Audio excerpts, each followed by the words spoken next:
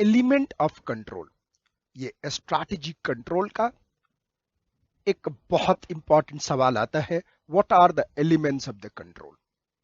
अब सबसे पहले देखिए एलिमेंट्स का मीनिंग होता क्या है। एलिमेंट्स का मीनिंग होता है तत्व। आपने पढ़ा होगा ना तत्व, यूनिवर्स के 5 एलिमेंट्स हैं, क्या है? Fire, air, sky, earth and water. आपने यूनिवर्स के 5 एलिमेंट का नाम सुना है।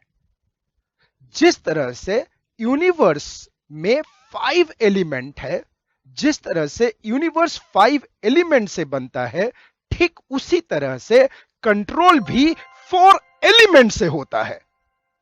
कंट्रोल 4 एलिमेंट से होता है। तो एलिमेंट में कितने एलिमेंट है? 4।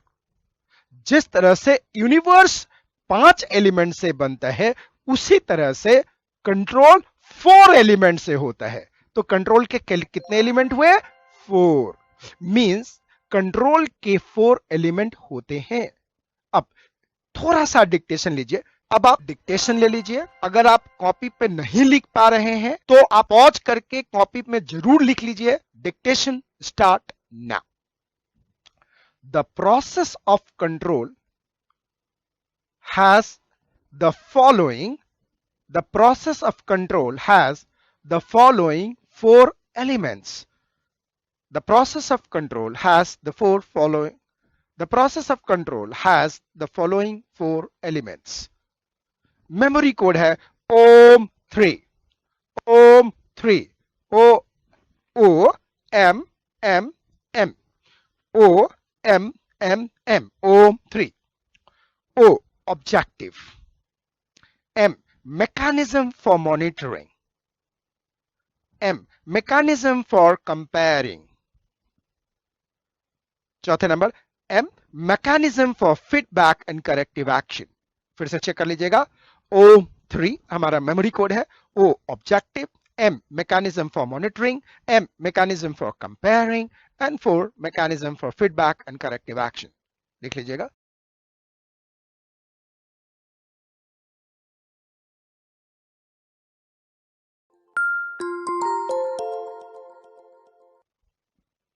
ये 4 एलिमेंट्स हैं कंट्रोल के। अब सबसे पहले हम पढ़ते हैं ऑब्जेक्टिव्स। ऑब्जेक्टिव, ऑब्जेक्टिव एक एलिमेंट है किसका? कंट्रोल का। अब सबसे पहले देखते हैं कि ऑब्जेक्टिव का मीनिंग क्या होता है। ऑब्जेक्टिव का मीनिंग होता है उद्देश्य। इस कॉन्टेक्स्ट में, इन दिस कॉन्टेक्स्ट, ऑब्जेक्टिव का मतलब है कि कंट्रोल करने का मकसद क्या है। कंट्रोल करने का मकसद क्या है? What do management want to control and why do management want to control? आखिर क्यों करना चाहते हैं कंट्रोल? अगर कोई व्यक्ति बिना कंट्रोल का करता है तो क्यों कंट्रोल करना? ये भी मैनेजमेंट को कॉल लेना है।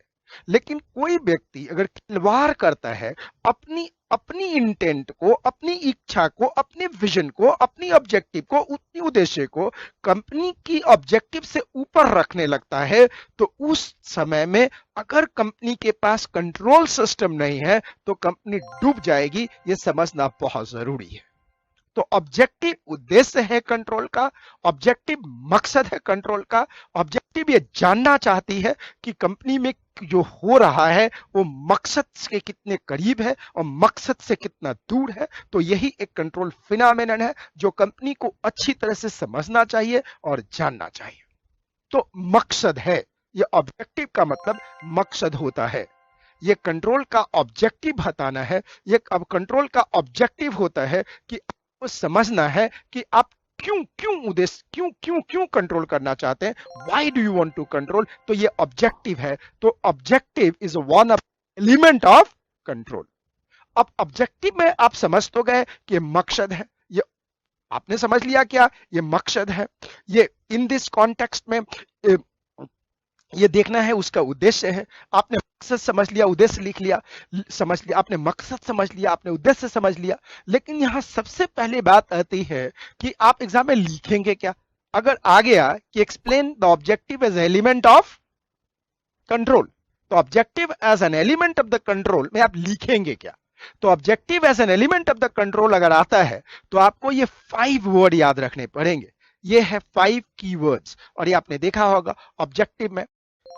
This is called the memory code of this smart. S specific, S specific, M measurable, A achievable, R related, T time bound। तो अगर इन स्मार्ट वर्ड को हम याद रखते हैं तो हम आगे लिख सकते हैं। अगर ऑब्जेक्टिव सेट नहीं होगा तो आप देखिएगा स्मार्ट में क्या होगा। अगर ऑब्जेक्टिव सेट नहीं होगा तो मैं पक्का कह सकता हूं कि बिजनेस का ऑपरेशन सही नहीं होगा। स्पेसिफिकली फिक्स करना पड़ेगा कि हमारा ऑब्जेक्टिव क्या चाहिए, हमें ये एग्जैक्टली स्पेसिफिक ऑब्जेक्टिव क्या है ये हमें चाहिए ही चाहिए, इसको हमें चलना पड़ेगा। आई कैन गारंटी दैट अगर ऑब्जेक्टिव नहीं है तो ऑर्गेनाइजेशन स्पेसिफिक प्रोसेस पे कभी भी फोकस नहीं कर सकता। तो व्यक्ति करने आएगा कुछ, करेगा कुछ, तो काम तो होगा ही नहीं ना। और फिर आप उस व्यक्ति को बोलोगे काम करेगा तो बोलेगा अरे ये तो मेरा काम ही नहीं है, मैं क्यों करूं। तो स्पेसिफिक ऑब्जेक्टिव फिक्स होना जरूरी है कि ये मेरा ऑब्जेक्टिव है, ऐसे मुझे करना है, ऐसे ही मुझे करना है, and that's how we are going to go ahead for that. That is called organisation के परफॉर्मेंस और वर्क को मेजर नहीं कर सकता। ऑर्गेनाइजेशन परफॉर्मेंस और वर्क को मेजर नहीं कर सकता। ऑर्गेनाइजेशन ने क्या अचीव किया है, ऑर्गेनाइजेशन ने क्या अचीव किया या क्या अचीव नहीं किया, अगर कंट्रोल नहीं है तो यह पता नहीं लग सकता। इसीलिए कंट्रोल का एलिमेंट है, ऑब्जेक्टिव कंट्रोल का एलिमेंट है, ताकि कंपनी पता कर सके कि कंपनी ने अपने काम से क्या अचीव किया है एंड क्या अचीव नहीं किया है। ऑर्गेनाइजेशन को पता नहीं चलेगा अगर कंट्रोल नहीं है कि उसका काम टाइम पे हो रहा है या नहीं हो रहा है। तो आपने देखा कि अगर कंपनी के पास ऑब्जेक्टिव है तो कंपनी ये जान सकती है कि स्पेसिफिक काम हो रहा है नहीं हो रहा है, जो काम हो रहा है वो मेजर हो रहा है नहीं हो रहा है, और हमारा जो टारगेट है अचीव होगा या नहीं होगा, और जो हम काम कर रहे हैं वो रिलेटेड काम कर रहे हैं या रिलेटेड काम नहीं कर रहे हैं। ऐसा तो नहीं कि जाना कहीं और है और जा कहीं और रहे हैं। तो जाना है सूरज को देखने और चल रहे हैं वेस्ट में, तो उगते हुए सूरज को नहीं देख सकते। तो रिलेटेड फंक्शन है या नहीं है, यही हमारा बात बताता है ऑब्जेक्टिव के रिलेटिव पॉइंट में, रिलेटेड पॉइंट में।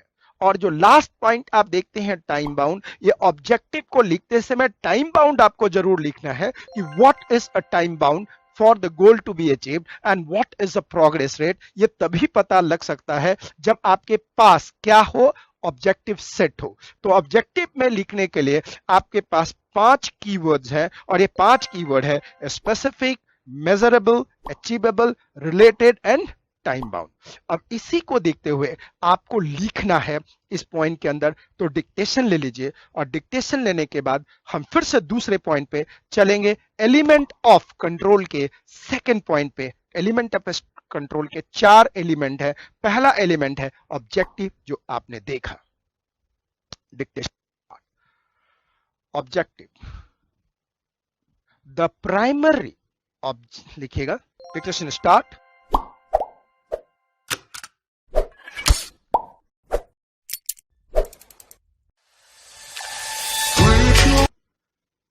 Objective is the first element of control. Objective is a first element of control.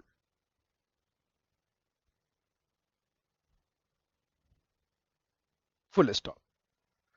The primary objective of the primary objective of the organizational control is to operationalize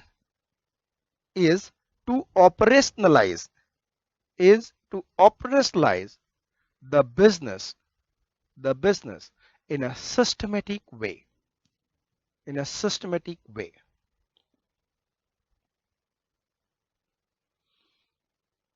The objective of control is to be a specific, measurable, achievable, related and time bound।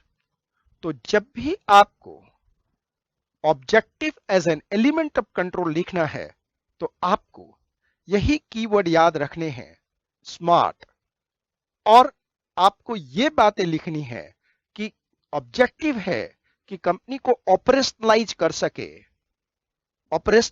सके, system को control में कर सकें ताकि objective achieve हो सके। So primary objective of the organisational control is to operationalise the business in a very systematic way. तो आपने अभी पढ़ा एलिमेंट ऑफ कंट्रोल का पहला एलिमेंट, दैट इज ऑब्जेक्टिव।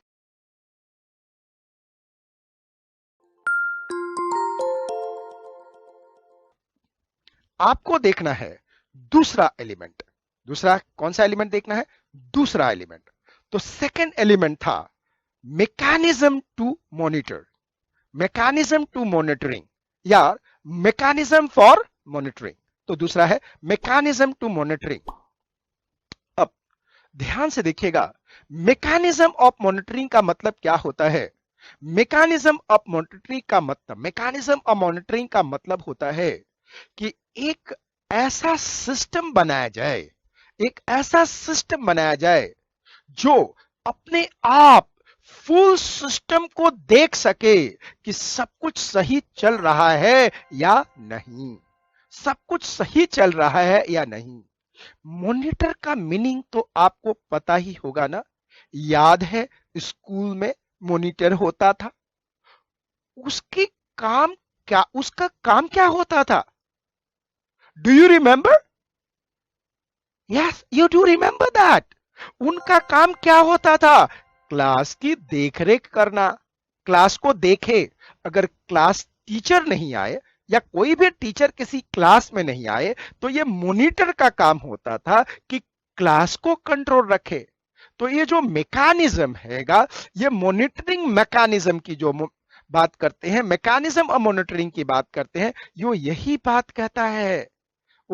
बात कहता है कि सिस्टम को मॉनिटर करे कि वो कैसे चल रहा है, उसमें कहीं गलती तो नहीं है। ये मैकेनिज्म होना बहुत जरूरी है, जिस तरह से मॉनिटर करता था। हाँ, ये बात अलग है कि हम पीछे बैठने वाले लोग जो हेड गर्ल हेड बॉय के चक्कर में नहीं होते थे, हम कहते थे वो तो चमचों का काम है जी, वो तो चमचे करते हैं, स्कूल के टीचर का चमचागिरी है, ये है। देखिए, हर चीज की इसी बात है। मैं भी इसी कैटेगरी में था कि चमचा करने वाला बात है। शायद कोई कारण हो सकता है, ये कारण हो सकता है कि उतनी एफर्ट नहीं लगाना, ये कारण हो सकता है कौन लगाए। डिफिकल्ट चीज को ना कहना आसान है, तो मैं भी यही कह देता था। आप लोगों में से कई लोग बोलते हैं काय को मॉनिटरगिरी करने का क्या फायदा है? बट मॉनिटर का काम क्या है अगर आपको पता है तो मैकेनिज्म फॉर मॉनिटरिंग आप एग्जाम में लिख सकते हैं, आपको 2 नंबर मिल जाएगा। ये एक एलिमेंट है। किसका एलिमेंट है? ये कंट्रोल का एलिमेंट है, नंबर 2 एलिमेंट है। तो आपको ये बात अगर दिमाग में है कि मॉनिटर क्या करते हैं, स्कूल का मॉनिटर क्या करता है, तो आपको समझ में आएगा कि चीजें क्या हो रही है, कैसे हो रही है। ये बात समझने का है ना। तो ये बात आपको ध्यान रखना है। चलो छोड़ो, चमचे उमचे की बातें तो बहुत हो गई। अब अगर आपको मॉनिटर फॉर मैकेनिज्म या मॉनिटर टू मैकेनिज्म या मैकेनिज्म टू मॉनिटर या मैकेनिज्म फॉर मॉनिटरिंग या मैकेनिज्म फॉर मॉनिटर अगर आपके पास आता है तो आपके पास 2 कीवर्ड होना चाहिए। और ये 2 कीवर्ड है, याद है तो आराम से लिख सकते हैं। और ये 2 कीवर्ड में है 1 monitor performance and 2 measure performance. 2 word है, monitor performance, measure performance. Control एक ऐसा मैनेजमेंट फंक्शन है जो मॉनिटर करता है परफॉर्मेंस को, कंट्रोल एक ऐसा मैनेजमेंट फंक्शन है जो मेजर करता है परफॉर्मेंस को। तो अगर आप ये कंट्रोल करता है परफॉर्मेंस को, मेजर करता है परफॉर्मेंस को, अच्छी तरह से लिख सकते हैं, जान सकते हैं, समझ सकते हैं, तो आप आराम से लिख सकते हैं एग्जाम में। और इसी के ऊपर 2 पॉइंट के बेस के ऊपर मैं आपको डिक्टेट करता हूं कि मैकेनिज्म टू मॉनिटर एग्जाम में लिखेंगे क्या। So dictation start.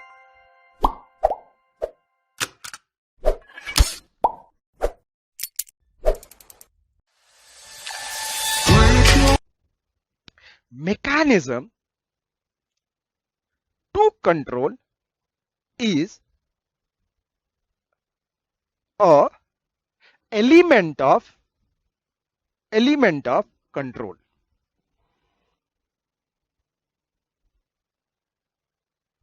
Element of control. Full stop. Mechanism to control is a managerial function to monitor and measure the performance of the system.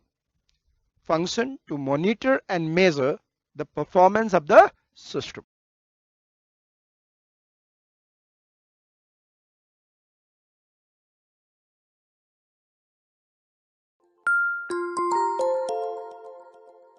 अब आपने सेकंड एलिमेंट कर लिया, किसका? कंट्रोल का। अब आप करने जा रहे हैं थर्ड एलिमेंट ऑफ कंट्रोल, और थर्ड एलिमेंट ऑफ कंट्रोल है mechanism to compare. Mechanism to compare. अब ध्यान से देखिएगा, मैकेनिज्म टू कंपेयर एक ऐसा मैनेजरियल फंक्शन होता है जो कंपेयर करता है, कंपैरेटिव स्टडी करता है। तो मैकेनिज्म टू कंपेयर है जो कि कंपेयर करता है, कंपैरिजन के सिस्टम को लेके आता है, और दैट्स व्हाट हैपेंस इस तो मैकेनिज्म टू कंपेयर को एग्जाम में लिखने के लिए आपके पास कुछ कीवर्ड याद रखने पड़ेंगे, और ये 4 कीवर्ड आपके सामने हैं। अगर ये आप याद कर सकते हैं तो आप इसमें लिख सकते हैं। पहला कीवर्ड है सेटिंग स्टैंडर्ड। क्या सोचा था? सेटिंग स्टैंडर्ड, क्या सोचा था? Second, finding out actual. Finding out actual, क्या हुआ? क्या सोचा था? क्या हुआ? क्या सोचा था? क्या हुआ? क्या सोचा था? क्या हुआ? क्या सोचा था? क्या हुआ? क्या सोचा था? क्या हुआ? और कंपेयर करना एंड डिटेक्ट करना डेविएशन को, कि सोचा था और हुआ उसमें अंतर क्या है, और फिर उसकी एनालाइज करना, ऐसा क्यों हुआ, ऐसा क्या हुआ, यानी कि इनसाइट या लर्निंग क्या मिली इस कंपैरिजन से। तो आपके पास इसमें आपके पास जो टोटल जो आपके पास कीवर्ड्स हैं, सेटिंग स्टैंडर्ड, क्या सोचा था, फाइंडिंग आउट एक्चुअल, क्या हुआ, कंपेयर करना, डिटेक्ट करना डेविएशन कि अंतर क्या हुआ, अच्छा हुआ या बुरा हुआ, और उसे लर्न करना कि ऐसा क्यों हुआ, ऐसा क्यों हुआ, इनसाइट क्या मिला, इनसाइट क्या मिला, इनसाइट क्या मिला, लर्निंग क्या मिली। ये मैकेनिज्म वह कंपनी में लगाते हैं तो अपन लोग सीखते हैं कि हम कंपैरिजन से सीख सकें कि हमारी सोच में और हमारी कर्निंग में क्या अंतर है, ये अंतर का कारण क्या है, ये क्यों ऐसा हुआ। दादी कहती थी ना, कथनी और कर्निंग में बहुत अंतर हुए है। अब यहां पे देखो, जो तुसी ने सोचा और जो तुसी ने किया उसमें अंतर क्यों हुआ, ये इंसाइट मिला। अगर ये सारे चीज हमें पता है तो हम निकाल सकते हैं, लिख सकते हैं मैकेनिज्म टू मॉनिटर के बारे में। और जैसे ही मैकेनिज्म टू मॉनिटर लिखेंगे और हमारे पास ये वर्ड आएगा, हम मैकेनिज्म टू मॉनिटर लिखेंगे, वर्ड आएगा, and thing will be done. So mechanism to monitor में हमारे पास 4 कीवर्ड्स हैं, और ये 4 कीवर्ड हैं सेटिंग स्टैंडर्ड, क्या सोचा था, फाइंडिंग आउट द एक्चुअल, क्या हुआ, comparing and finding out the deviation. Compare करके तुलनात्मक अध्ययन से देखा कि क्या हुआ, कंपेयर किया, निकाला डेविएशन, अच्छा हुआ या बुरा हुआ। अब उस अच्छे और बुरे के को मंथन करना और फिर देखना कि इनसाइट क्या मिला, लर्निंग क्या मिली, क्या चेंज करना पड़ेगा, एक्चुअल में प्रॉब्लम है, स्टैंडर्ड में गलत था, ये इनसाइट मिला, इसको हम कहते हैं मैकेनिज्म टू मॉनिटर। ये तीसरा एलिमेंट है कंट्रोल का, ये समझना बहुत जरूरी है। आप तो समझ गए कि मैकेनिज्म टू मॉनिटर में क्या लिखना है, क्या सोचा था, क्या हुआ, कंपेयर कर निकालो, डेविएशन कितना है, फिर मंथन करके दिखा लो मिला क्या। लेकिन एग्जाम में क्या लिखेंगे आप? एग्जाम में लिखने के लिए ये डिक्टेशन स्टार्ट है जो इन्हीं 4 कीवर्ड पे टिका हुआ है।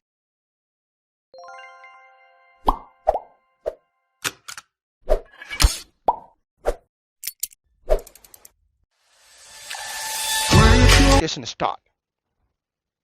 Mechanism to compare is one of the element of control.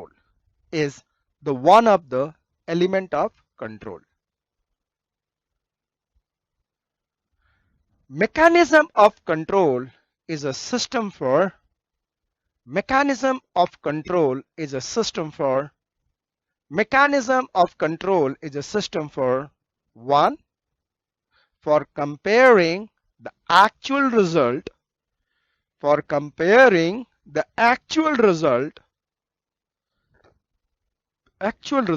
with reference to the standard.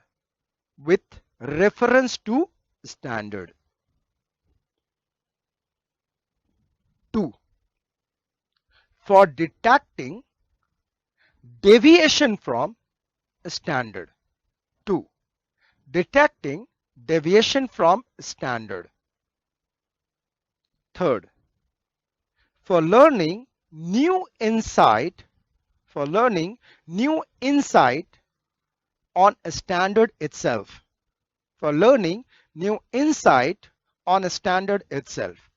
Four, mechanism for feedback and corrective action. Mechanism for feedback and corrective action.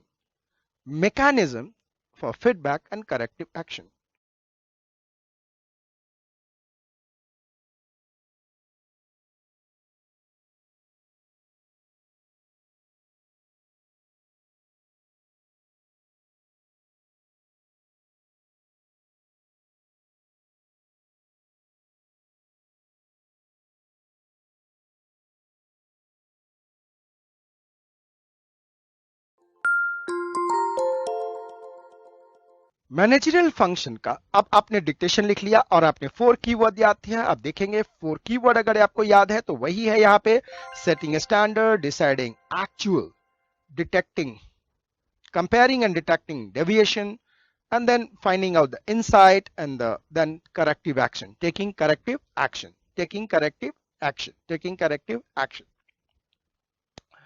अब आपके पास, अब सबसे बड़ा आपके पास जो मिलता है मैकेनिज्म फॉर फीडबैक।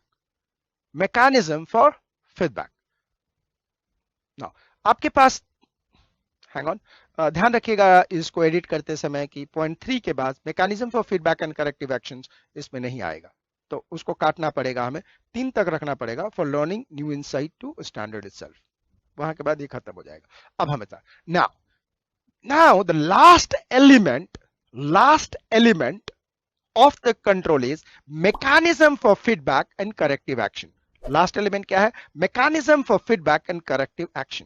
देखिएगा, मैनेजरियल फंक्शन का सबसे बड़ा एलिमेंट है फीडबैक लेना एंड फीडबैक देना। ये कंट्रोल का सबसे बड़ा फैक्टर है, ये कंट्रोल का सबसे बड़ा फंक्शन है, एलिमेंट है, ये एलिमेंट है। क्या चीज? फीडबैक लिया कैसे जाए, फीडबैक दिया कैसे जाए। एज ए मैनेजमेंट कंसल्टेंट मेरा पर्सनल एक्सपीरियंस है कि जब भी आप किसी एम्प्लॉय से बात करोगे तो सबके बारे में वो बोलेगा, वो सिर्फ अपने बारे में नहीं बोलेगा, एक्सेप्ट हिमसेल्फ, वो सबका इंफॉर्मेशन देगा, एकदम क्या कहते हैं, इनसाइक्लोपीडिया, क्या कहते हैं उसको, इनसाइक्लोपीडिया हो जाएगा, वो सबके बारे में बोलेगा, वो अपने बारे में नहीं बोलेगा। और हद तो तब हो जाती है जब आपने किसी व्यक्ति को हेड बना दिया और वो इनएफिशिएंट है और आपके कंपनी में कोई एफिशिएंट बंदा आ गया, कभी भी वो टिकने ही नहीं देगा। और अगर आप कान के कच्चे हैं तो आपकी कंपनी तो उठने से पहले ही मर गई जनाब। सो ये फीडबैक का जो कंट्रोल है ना साहब, ये बड़ा खतरनाक कंट्रोल है। तो आपके एग्जाम में क्वेश्चन आएगा कि mechanism for feedback and corrective action is one of the element of the control. Yes, absolutely है तो चौथा, लेकिन हमारे नजर में तो सबसे इंपॉर्टेंट यही है भाइयों। चूंकि अगर कंपनी के ऑनर को, कंपनी के मैनेजर को, कंपनी के सीनियर मैनेजर को अगर फीडबैक लेना नहीं आता, फीडबैक देना नहीं आता, तो कंपनी कभी भी ना चलेगी। एक बात तो ध्यान रखना जी। तो ये फीडबैक लेने का मतलब, फीडबैक देने का मतलब क्लियर होना चाहिए। और जब जस्ट किसी ने कह दिया आप मान लोगे नहीं। हाँ, कभी कभी कंफर्मेशन करने के लिए आप पूछ सकते हो आपके दिमाग में अगला क्या कर रहा है, ये भी एक तरीका हो सकता है, स्ट्रैटेजी हो सकती है। देखिएगा, कान भरना, बातों में एफिशिएंट एम्प्लॉय का क्रिटिसाइज कर देना, या बातों बातों में कोई हिंट दे देना, कई एम्प्लॉय के आदतों में शुमार होती है जनाब, बातों बातों में लिंक भर देना। और अगर सीनियर मैनेजमेंट इस तरह के फीडबैक पे एक्शन लेने लगा बिना अपना दिमाग लगाए, तो कंपनी की हो गई हालत। जनाब एक बात अच्छी तरह से समझ जाइएगा, आप में से कई जनाब कॉर्पोरेट के बहुत बड़े लैडर पे जाएंगे और आप देखिएगा आपने अकाउंट्स कितनी पढ़ी, आपको टैक्स कितना आता है, ये जिंदगी में काम आएगा नहीं आएगा मेरे को तो पता ना है, लेकिन अगर आपने सीनियर पोजीशन पे बिजनेस को संभाला नहीं, चीजों को अपनी नजर से नहीं देखा, तो दुनिया आपको कभी भी जिंदा रहने नहीं देगी। सो मैकेनिज्म टू फीडबैक एक बहुत बड़ो एलिमेंट है कंट्रोल का भाइयों, ये मान लेना। इन माय वर्कशॉप मैं हमेशा कहता हूं कि फीडबैक लेना एंड देना एक बहुत बड़ी कला है। अगर 1 करोड़ का सीईओ रख के अगर कोई चेयरमैन ड्राइवर से उसका फीडबैक लेता है कि वो सीईओ क्या कर रहा है, वो क्या खा रहा है, कब इस ऑफिस में आ रहा है, कब ऑफिस में से जा रहा है, तो मुझे तो उस सीईओ के बुद्धि पे कई बार संदेह हो जाता है कि ये पिछले जन्म का लिखा के तो नहीं लाया सीईओ बनने के लिए। देखिएगा साहब, अगर 1 करोड़ का सीईओ का फीडबैक अगर आप 10,000 के ड्राइवर से पूछेंगे, तो जिस दिन सीईओ ने उसको डांटा है वो तो आपके दिमाग में घुसेड़ देगा ना कि इतना बढ़िया, इतना कमीना कोई है ही नहीं, और चल ली कंपनी, फिर चल गई कंपनी जनाब। सो मैकेनिज्म टू फीडबैक कंट्रोल का एक बहुत बड़ो एलिमेंट है। इस बात को समझना थारे को बहुत जरूरी है, ये बात तो समझ लेना भाइयों। लिखने के लिए आप क्या लिखोगे? अब ये तो लिखोगे नहीं कि 1 करोड़ का सीईओ है और 10,000 का ड्राइवर है, ये लिखने के लिए नहीं है, समझने के लिए है। तो आप जब इसको लिखोगे एग्जाम में, तो आपको पास इसके 3 कीवर्ड्स हैं जो याद करने हैं। 1, corrective action. 2, adaptive information and instruction. Adaptive information and instruction. 3, set right system to work. Set right system to work. ये 3 जो है, corrective action, adaptive information and instruction, set right system to work, अगर ये 3 steps नहीं है, ये 3 keyword नहीं है, तो आप एग्जाम में लिख नहीं पाएंगे। इस बात को समझ जाइएगा, ये बात अच्छी तरह से समझ जाइएगा। तो मैकेनिज्म फॉर फीडबैक में इन्हीं 3 वर्ड से आपको लिखना है और लिख के आगे बढ़ना है।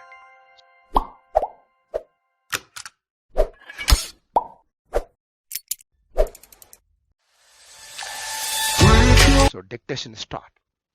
Mechanism for feedback is an element of control process of organization. Control process of organization. Control process of organization. It provides corrective action. It provides corrective action. It provides corrective action. Full stop. It helps management. It helps management in understanding. It helps management in understanding and measuring performance of managerial function. A mechanism of feedback provides a system for seeking information.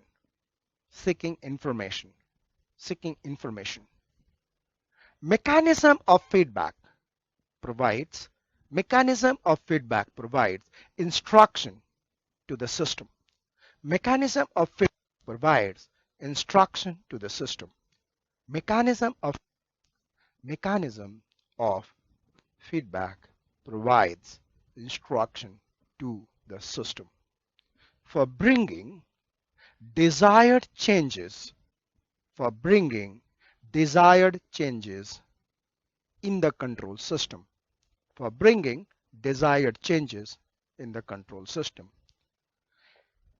Mechanism of feedback make the entire system on right track.